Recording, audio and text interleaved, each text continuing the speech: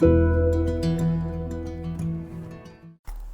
Messina, un lugar situado en Sicilia, existen unos depósitos llamados evaporitas. Unos de ellos son la sal, la halita, que se explotan comercialmente.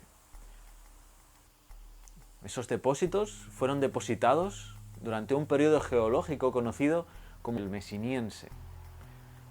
Messiniense tomando el nombre de la ciudad de Mesina. La crisis salina del Messiniense fue un periodo en la historia geológica del Mediterráneo, caracterizado por una acumulación masiva de sal en su fondo, y que muy probablemente incluyó una desecación, si no total, casi absoluta, del mar Mediterráneo. Pero el mar Mediterráneo que conocemos hoy es muy diferente. ¿Cómo pudo ocurrir que el vasto mar que conocemos ahora se desecara prácticamente en su totalidad? Para ello tenemos que entender que la configuración de los continentes hace prácticamente 6 millones de años no era como la que es hoy.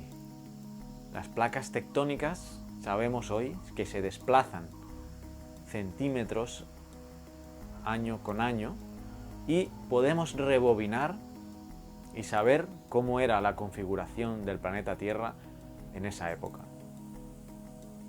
Las fuerzas tectónicas configuraron un escenario en el que Europa y África se encontraban en colisión y llegaron a unirse por el actual estrecho de Gibraltar. Eso hizo del Mediterráneo un inmenso lago, con una alta tasa de evaporación. Poco a poco el agua se iba evaporando y en su lugar se iban depositando estas grandes cantidades de evaporitas. Existen varias evidencias que respaldan la evaporación del Mediterráneo. Una de ellas es la cantidad de minas de explotación de sal que encontramos a lo largo de las costas del Mediterráneo actual. Son minas de sal y de yeso. Pero también tenemos evidencias recopiladas del fondo marino por barcos de perforación oceánica como el Glomar Challenger, que en 1970 obtuvo registros sedimentarios de hasta 2000 metros de evaporitas en algunos lugares del Mediterráneo. También tenemos la presencia de cañones submarinos que aparecen, por ejemplo, en las costas del noreste de Cataluña y en los valles profundos excavados, tanto en el Nilo como en el Ródano, indicando un descenso del nivel del mar.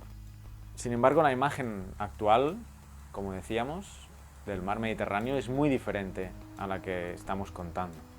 Una vez prácticamente seco y habiendo depositado esas grandes cantidades, hasta en algún caso kilómetros de evaporitas, ¿cómo volvió a llenarse el mar Mediterráneo? Existen varias hipótesis al respecto, pero en todas ellas el estrecho de Gibraltar tiene un papel fundamental, ya que es claro y conocido hoy que es a través de esa pequeña franja de territorio que separa África y Europa hoy en día con tan solo 14 kilómetros, que el agua volvió a introducirse desde el océano Atlántico.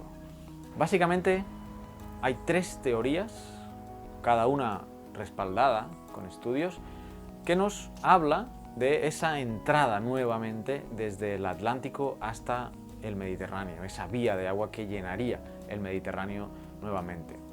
Una de ellas sería un ascenso del nivel del mar, un cambio en el nivel del mar que favoreciera la entrada del océano Atlántico hasta la cuenca, en ese caso seca prácticamente, del mar Mediterráneo.